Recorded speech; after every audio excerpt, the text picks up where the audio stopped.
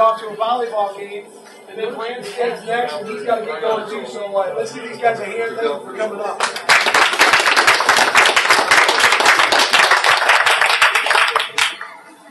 I don't think he needs anybody to talk for him, because you know how hard he's worked, not only in this senatorial campaign, but previously when he just about won. Just about. And he's a hard worker, and he's a man of principle. And anything you can do for him in an area where he's got a very good chance of winning, and probably is winning right now, but you can't give up on that. You can't count on it because you don't know until election.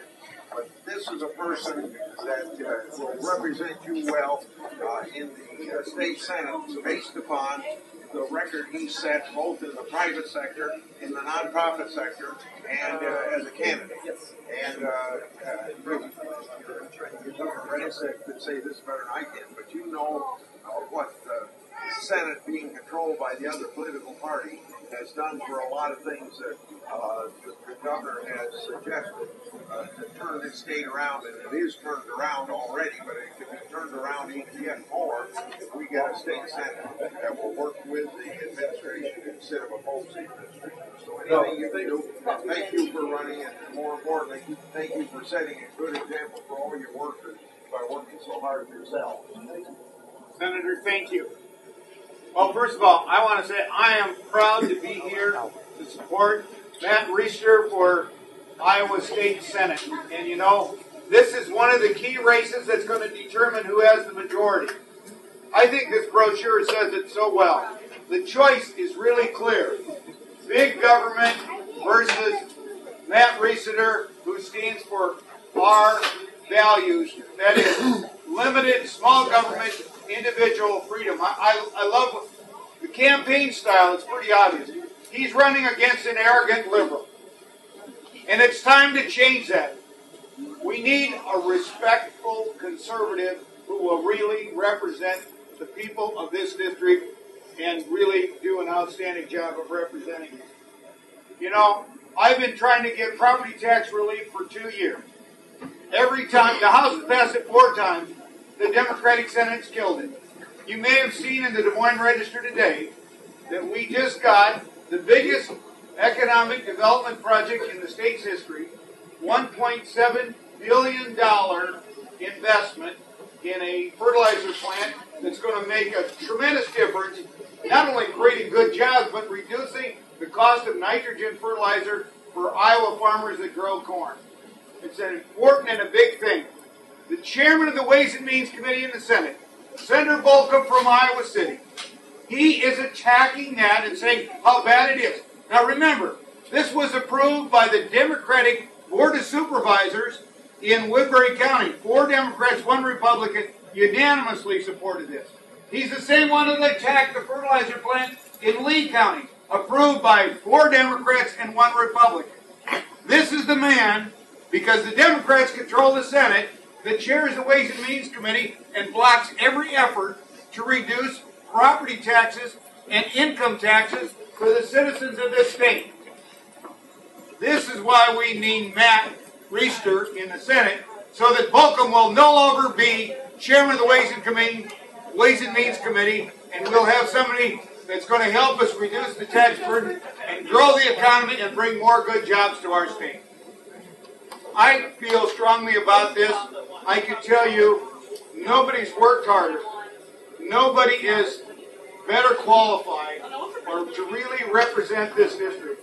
This is one of the key battleground races in the whole state of Iowa for control of the Senate. And I couldn't be prouder of the quality candidate that we have. And I can tell you that we are very confident, but we can't take anything for granted. So keep working for these last 4 days. We got to get every single vote out. I believe Matt Reister will be your next senator. Thank you very much.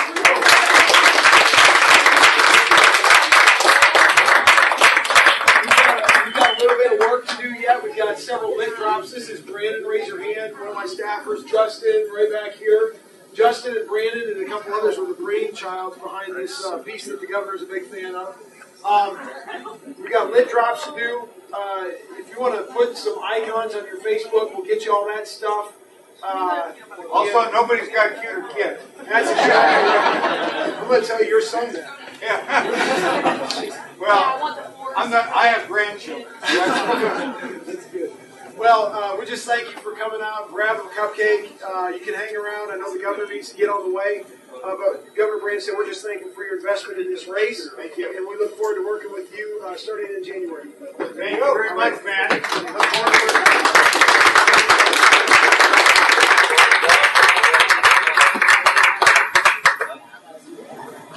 Alrighty, I guess that's it. So let's eat. All right. Let's eat cake. We got work to do. Is there any help? Well, thanks for what you're doing, going door to door. Doing everything I can. It's not too bad. Hey, my name's Darren Adams. I served 2.5 years in Iraq as an infantry. Yep. My question is, how can we have bipartisanship when the governor of the state is calling a Democrat an arrogant liberal? Well, that's what he is. It's an accurate description. Have you seen the kind of things he said? Yeah, and how can you have a good government when you take away my friend's right to marry by saying, well, gays shouldn't get married? Now, wait. That's what this candidate stands for. No.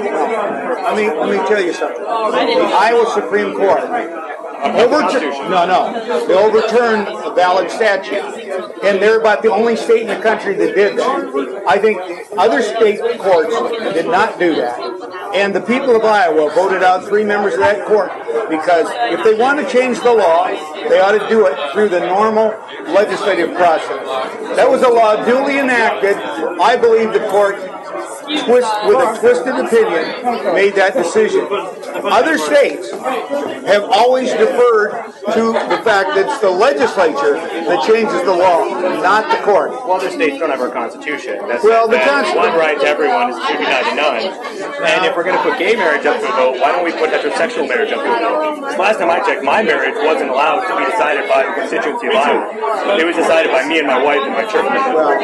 Why should any other marriage be any different?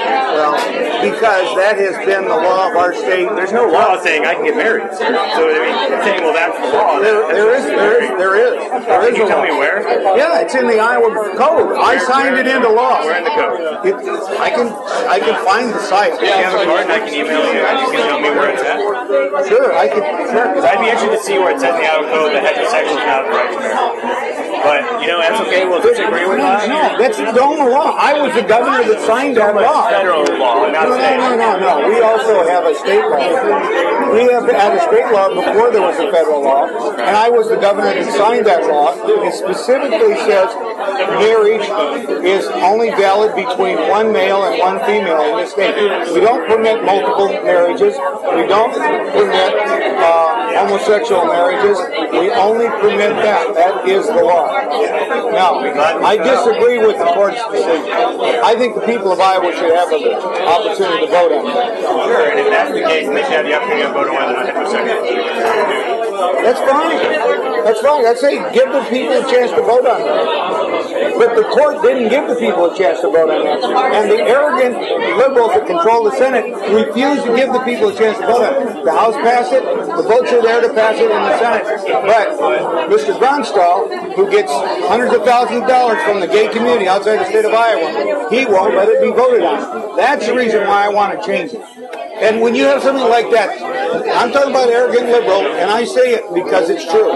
He's the guy that says, no, I am the majority leader, and I'm not going to let the people vote on an issue of this magnitude. That is not right. The people should have the right to vote on that. I'd be glad to abide by whatever the vote of the people is on an issue like that. Well, I kind of worry you're going to find yourself on the wrong side of history like Jim Crow. The waves are changing, and equality is something that's better. Change the words gay with African American, and you basically have the way that this nation was for 60 years. That's not. How is it any different? That's not. Blacks can't marry. Why should you marry whites? No. First of all, there's a much difference between. What's the difference? Well, first and foremost, I can tell you, there's a lot of people in the black community that feel very strongly against gay marriage. There are. Turn them gay by religion and bigotry by religion. Sure, I'll go with that. I believe that's been the law of our country for a long time. I think the court made a big mistake, and they paid the price for it, and deservedly so. Now, if Senator Branstad let people of Iowa voted on it, they might not have voted him out. But it was the arrogance of saying, we are not going to let you, the people of the state, who have the ultimate say, vote on it. That's what's wrong. I have confidence in the voters of this state. I've gone before the voters this time and time again. And I believe we need a respectful senator, not an arrogant liberal that refuses to let people vote on the ordinance. Okay. I just never figured that rights should be up to the vote of people. Rights are rights. But different people have different views on what is a right. And homosexual marriage was never a right in this state. Fair enough. Thank you so much.